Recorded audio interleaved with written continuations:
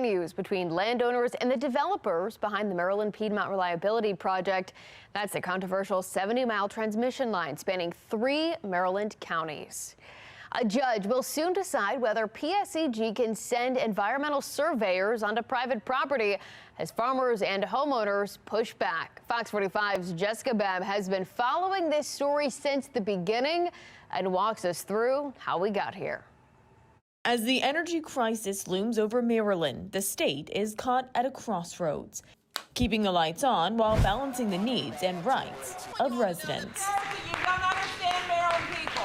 It's our property rights and our, way of life, being at risk. At the federal courthouse in Baltimore, it's a controversy playing out in real time. The larger issue here is, why should Marylanders have to give up their private property to enrich a New Jersey utility to further enrich data centers in Virginia? And we say no. Take your power station and go to West Virginia.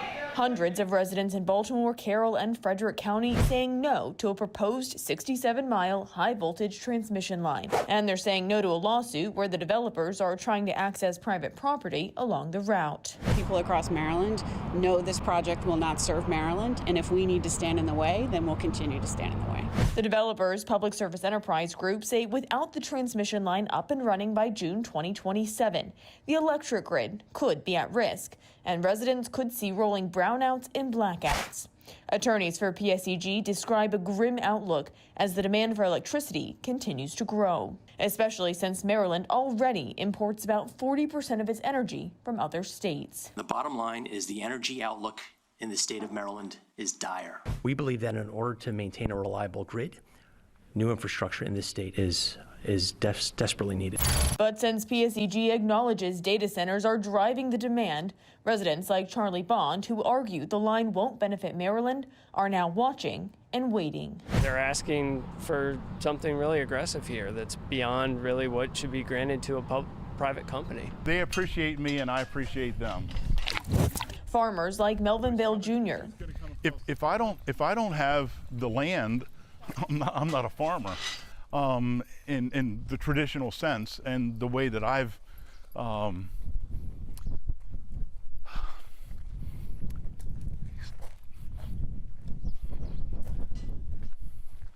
it's my life, and without the land, it's destroying it. The family farm has been the farm has been the family name for 95 years. Say the transmission project traipsing through threatens their land and livelihood. There's so many issues that I'm very concerned about that I don't see how they can mitigate. If it was going to benefit the greater community, the good of the greater community, I would understand that, but it doesn't. This would not be needed without the data centers. Governor Wes Moore last year voicing his grave concerns. I still am not certain what the benefit is to Marylanders, and I'm going to stand with the people on this. So how did we get to this point where it could be argued a transmission line could make it or break it for Maryland? For years, state leaders have been focused on creating clean and renewable energy, reducing emissions, and making sure more electric vehicles hit the road, passing the Climate Solutions Now Act in 2022. But with renewables like solar only producing a small fraction of the state's energy. Now that coal plants want to close, there's simply not enough energy to go around. We don't have our own power in the state for the most part. That's what's killing us all. It sounded good in the campaign. Oh, by 2030, we're going to be all renewable.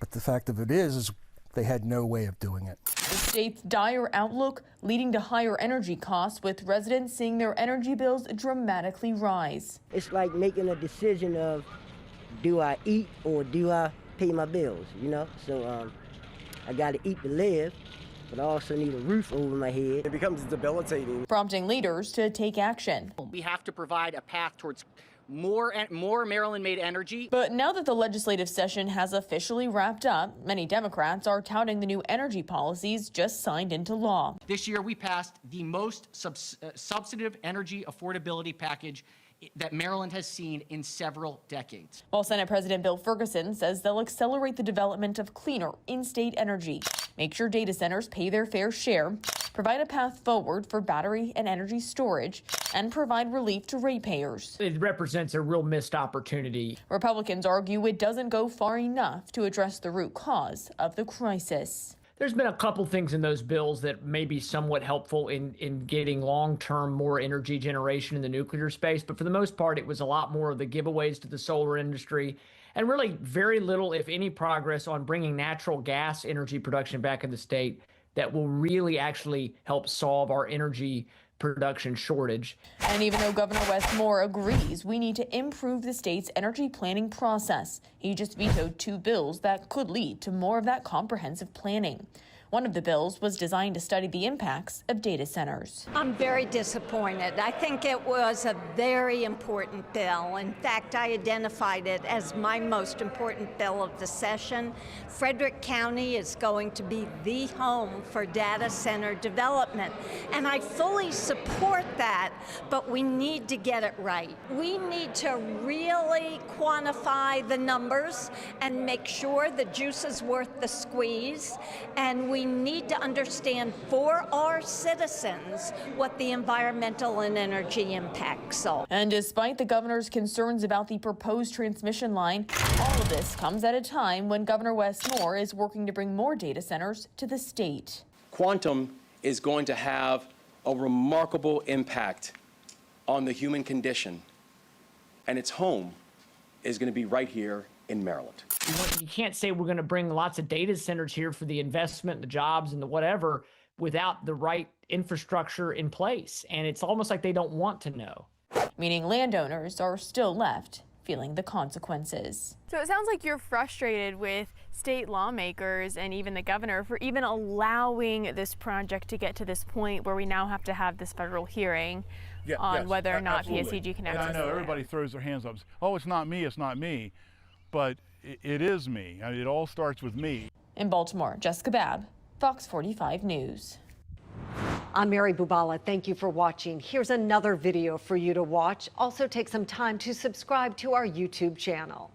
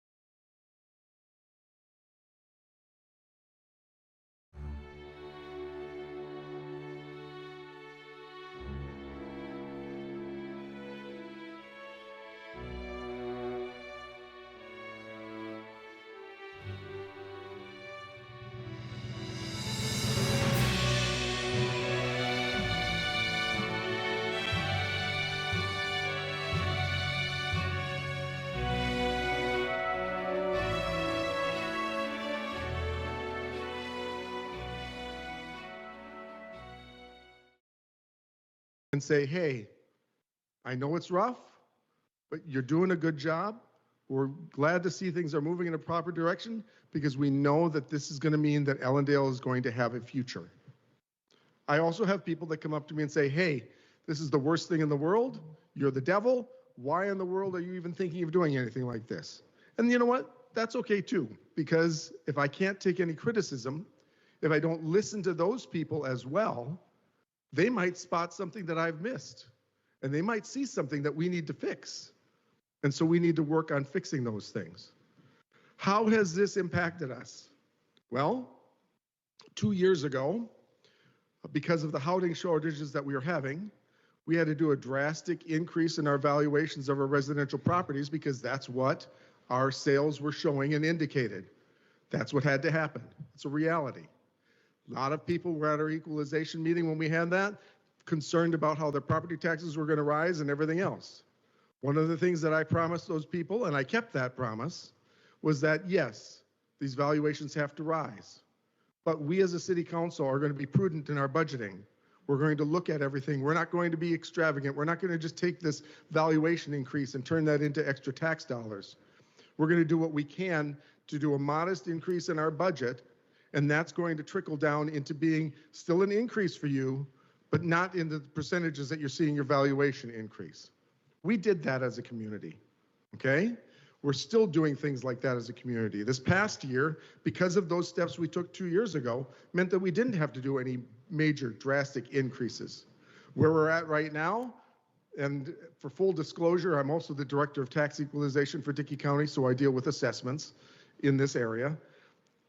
We're seeing right now that there might be a bump that's going to be needed again, but not to the same level that, again, we saw 2 years ago. That's a growing pain. That's a reality of what we face. Okay? We are trying to make things better. How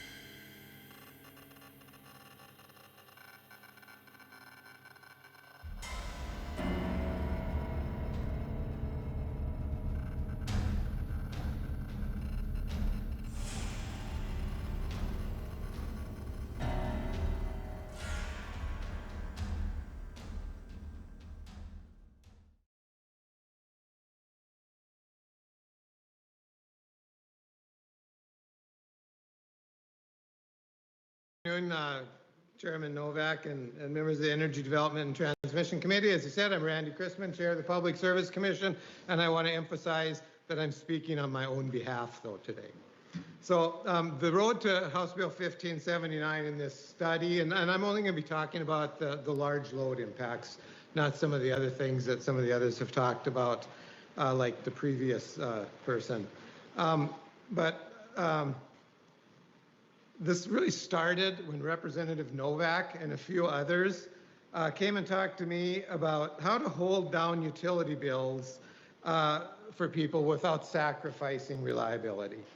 And based on the timing then, probably 9 months ago, of the complaints, I'm sure that they were taking heat from constituents who are served by Montana Dakota Utilities about a large bill rider increase that the PSC had recently assessed, or from constituents served by Otter Tail Power about a large rate increase that was at that time still under consideration.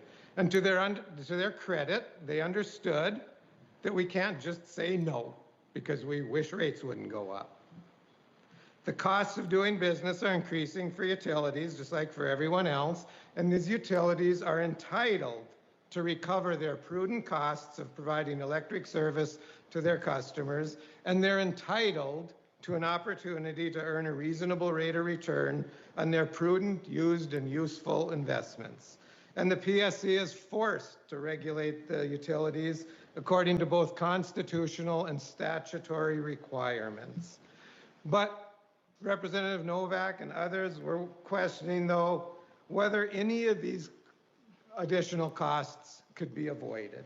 And I want to take this opportunity to point out, I appreciate that concern. We at the Commission share the same concern, and that is why, this diligence is why I'm proud to say that if you look at all of our utilities and look at commercial, residential, industrial, all the rates, just combine everything, the cost of electricity in North Dakota for the last 2 years in a row is the lowest in the nation. That's because of diligence. So, appreciated all the questions. I pointed out then that a large part of MDU's costs were related to congestion charges.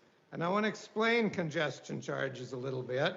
And the fact of the matter was that better planning could have significantly reduced those fees. But I want to emphasize that the better planning wasn't on the part of MDU. It was on the part of others. So to be clear here, there's been talk before me about how all these utilities are interconnected and it's so wonderful. And, you know, if someone has trouble with a generator or a transmission line, we on the receiving end of the energy don't even notice, the lights just stay on and everything just hooks up. But there's a flip side to this interconnectedness. North Dakota Utilities, and before I get into the flip side, I need to explain, because I know not everybody in the crowd has the same understanding of regional transmission organizations as some of you do. North Dakota Utilities are in 2 different regional transmission organizations, Southwest Power Pool and MISO. Southwest Power Pool, Basin Electric is members. So most of the rural co-ops in North Dakota through Basin are part of Southwest Power Pool. Our investor-owned utilities like MDU, Otter Tail Power, and NSP, as well as some of the co-ops on the eastern part of the state, are parts of MISO. And these regional transmission, SPP, for example, goes from North Dakota down to northern parts of New Mexico, Texas, and Louisiana. MISO covers some of the same states along there, but then, you know, less of them, and on the eastern sides of them it goes further east. They don't follow state lines. They don't follow highway lines. They don't even follow gerrymandered legislative lines. They follow utility lines, whoever joins them. So we're in a mix between these two. And the companies join them, and each company has their own transmission lines, but they turn over operational control of their transmission lines to that RTO. And then that RTO can kind of control what generation is being used at any given moment, making sure that the flow is going to be there. If someone has to take a transmission line down for maintenance, making sure that something else is available. and they run it more efficiently because of the size. But the electricity flows on the path of least resistance. So you can be a utility company and you can have your load here and your transmission here and a transmission line in between them. But that doesn't mean that that's where your electricity is going to flow, because you're interconnected with your neighboring utility. And especially if their transmission line is higher voltage, your electricity might choose to flow over on the other one. This is not like any other commodity. It goes where it wants to. And then you get charged for using that utility's transmission line by the RTO. So that can be the negative.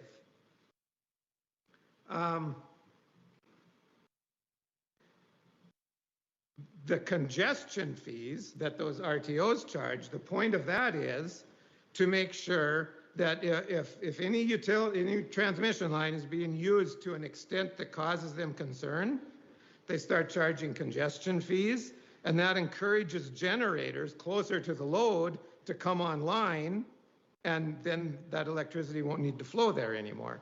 That's what the congestion fees are really for. And they run it on, they call it N-1. At any given time, any transmission line in the whole country, if it got torn down, you should not notice. There should be enough other capacity for the electricity to flow out. Charging those congestion fees. So now I'm getting back to the questions and the concerns about the rates. So many of them focused on a data center, which the PSC had no jurisdiction over, but it had been opened up in an area of North Dakota that already had significant congestion issues. It was up by Trenton, southwest of Williston. And because we don't have jurisdiction, I don't know the exact size of that data center. I think it's a little over 200 megawatts, so maybe very similar to the size of the plant we looked at, or the facility we looked at this morning at this point in time. But the congestion fees that MDU was assessed, even though they don't serve that load, but just because their electricity flowed on someone else's lines, during a 6-month period, we didn't want to cause such rate shock, so instead of letting them recover the costs over 6 months, we allowed them to recover it over 12 months. It is costing every MDU customer in the state to this day, over a 24-month period, if you have an average residential bill, it's costing you $7.40 a month because of the excess congestion fees because of too much load in one area.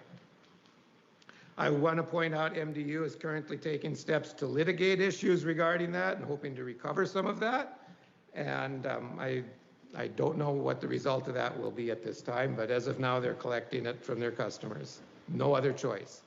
Now, the reason these congestion fees were discontinued after 6 months is probably equally concerning.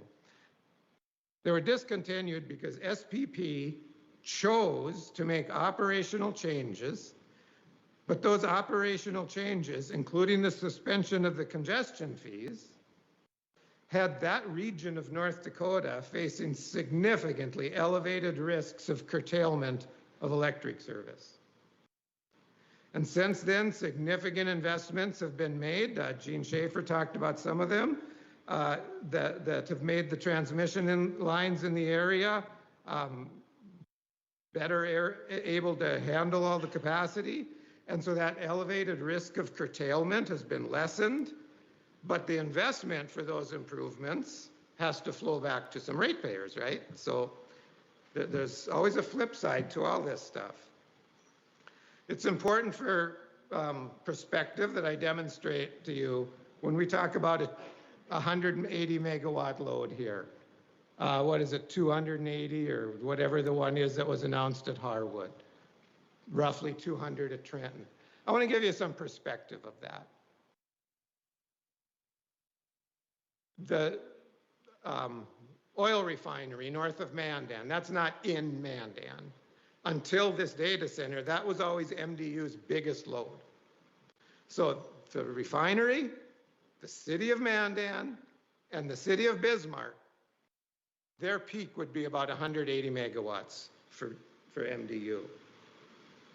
NSP, for the whole state, the parts that they serve, which includes Fargo, Grand Forks, and Minot, is about 430. So as you can see, when we start talking about dropping a couple 100 megawatt load in the town, it's going to take some investment to make that possible. There's just not that much capacity just sitting around. Usually there kind of was here, but this was a pretty unique circumstance. Last summer at our technical conference, a person from the Department of Commerce came in and said that they're getting calls from people wanting to find places for data centers of 1,000 megawatts, 2,000 megawatts, at one point even mentioned 5,000 megawatts. So obviously loads like these are going to have impacts on the system. The dilemma that we face will be entertaining these new large loads popping up very suddenly, requiring far more electricity than the system can quickly accommodate in certain areas. And they can be set up with no public planning or grid impacts, or on the grid impacts, and no notification of other utilities or consumers who could get hit by increased costs. So imagine if that data center, which I talked about, that caused that spike for MDU customers, imagine if that had been 2,000 megawatts instead of 200 megawatts. There really was no public planning or discussion of that before it went in. Now, I want to emphasize that I am not in any way a critic of data centers or other large loads in general. It's likely that the majority of them are going to be wonderful new additions to North Dakota's flourishing economy that will provide secondary benefits to everybody involved. The data center that hosting us today here in Ellendale is a prime example. It's currently operating, as was mentioned, at about 180 megawatts, served by MDU. It's been energized now about 2 years. And I talked about how that other data center that MDU doesn't serve cost MDU customers. This data center is saving money for every MDU customer in the state if you have the average residential bill to the tune of about $4 a month. But the PSC worked in the process of approving that rate for this customer and making sure that some of the benefits were shared with the rest of the MDU customers.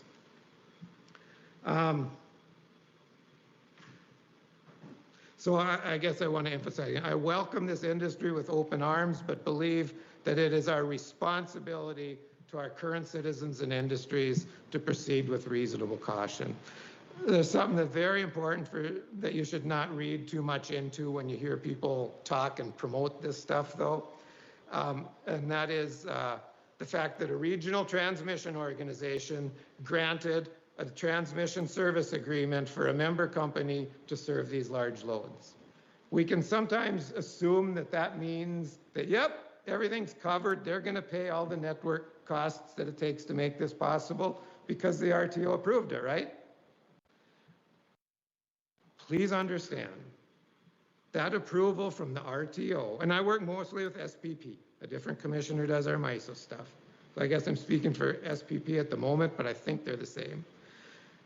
That approval from that RTO simply means that they have conducted some analysis of the situation and informed the utility company of what network upgrades are necessary to serve that loads.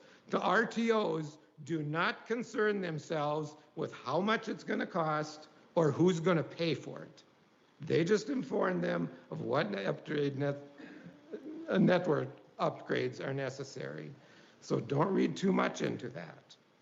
I hope over the course of the next year that you'll use your collective creativity to focus on solutions that will help us as a state welcome large loads that will be beneficial while slowing down development of anything that will prove to be problematic. And that does not mean just saying no to them. if we work cooperatively to avoid these adverse impacts, I think we can find a lot of good solutions. And a key part of that is transparency.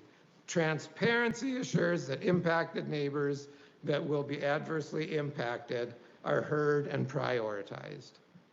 As part of this study, I urge you to emphasize reliability, because overloading the grid can cause long-term outages that can potentially be deadly. We saw that with Storm Uri a few years ago down in Texas. And this study should also stress cost containment, because putting these large loads in the right places with the right transmission service agreements can prove enormously beneficial, but in the wrong places with the wrong transmission service agreements, they drive up costs and threaten reliability to everyone. Chair Novak, that concludes my testimony, but I'd be glad to answer any questions that you may have. Thank you, Commissioner Chrisman. I actually have a question. I think you had stepped out during the previous speaker because there's an ongoing permitting case, but there was discussion of Tranche 1 and Tranche 2 expanding the grid, and I'm wondering if you know offhand what the cost is for Tranche 1 and Tranche 2 combined. Not precisely, but I believe Tranche 1 was about $10 to $11 billion, and I believe Tranche 2 has been divided into two. So there's 2.1 and 2.2. 2.1 is just a hair under $22 billion. Tranche 2.2 and 3, I don't think we have any idea yet, but we have been told that all these tranches will probably be over $100 billion. And I can't go into the details of the case, but I will tell you this. I disagree with the statement that Tranche 2.1 is needed to keep our lights on. Some parts of it may be, but in my opinion, some of that is needed to meet either renewable goals or carbon lowering goals of other states, and North Dakota ought not be paying for those. Thank you for that. And then one additional question.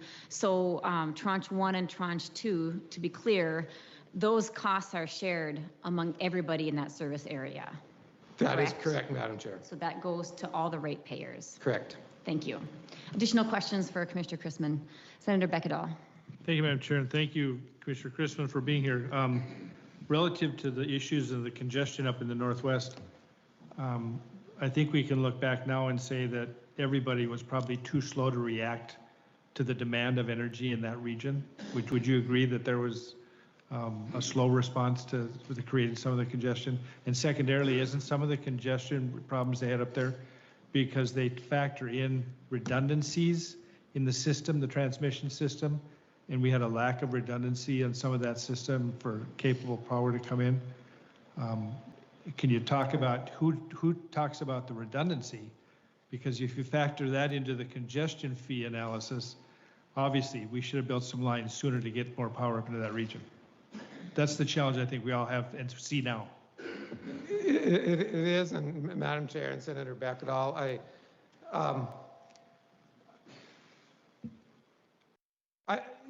in hindsight, maybe one can say something should have been built more quickly, but a lot of the expansion of the oil and gas industry and then associated things, all along, I think most people never quite expected the next quarter was going to grow as fast as it did, and it just kept exceeding it. And then these kinds of projects take a lot of time, and that industry wound up kind of following a normal path to developing out transmission and now more recently generation. But then when all of a sudden, almost overnight, you plopped in 200 megawatts, that really tipped the scales. I don't know what the answer is to it, but obviously, when I watched our local Montreal Williams Cooperative go from about pre-boom Bakken, utilizing about 12 megawatts of energy a year for the two-county region, And going up to now, I think they're over a gigawatt of energy use just in that region, primarily because of the oil and gas industry. I don't know who's responsible for making sure we keep up with that, but if you need more power to do that, let me know, because somebody should be keeping up with that. Thank you. Additional questions for Commissioner Chrisman? Senator Bain. Thank you, Chair Novak. Randy, a question, what kind of effect do you think it's going to be? You know, if Basin has 6,000 megawatts in their queue for large load at this point, that's more than their entire load right now. What kind of effect is the off-grid generation going to have? Do you guys monitor that? You know, grid generation produced away from the grid, independent generation for a project. Senator Bain, I kind of forgot to address that, and I'm really glad you asked that question, because there's a really confusing aspect to that. As we heard this morning, and as I knew, the data center here in town, they have some backup generation. And I believe it's 180 megawatts of diesel-fired power that is not hooked up to the grid. And I really like the way they handled that. I've liked most of what this company has done down here. And so that's definitely not costing anybody else in the public for having built that. But there's been a lot of confusion. There's people that talk about being behind the meter. And behind the meter doesn't really mean the same thing as off the grid.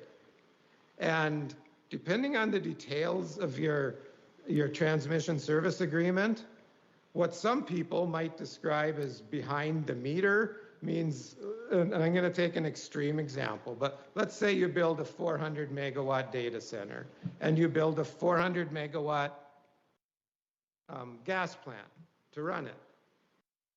If that is off the grid, then that means when your generator does not work, your data center doesn't work. It's off the grid. If it's behind the meter, depending on the details of your service agreement, that might mean that all year long you run it, but the load responsible entity, the utility that serves that area, they might have had to add 400 megawatts of generation to serve you just in case yours doesn't work, because they have a responsibility to serve there. And so details of these service agreements are very, very important. So something like what we saw today that's off the grid, I'm very supportive of. When they're behind the meter, then it all depends on the details of the agreement. Additional questions? Okay, you're off the hook. Thank you, Commissioner Chrisman.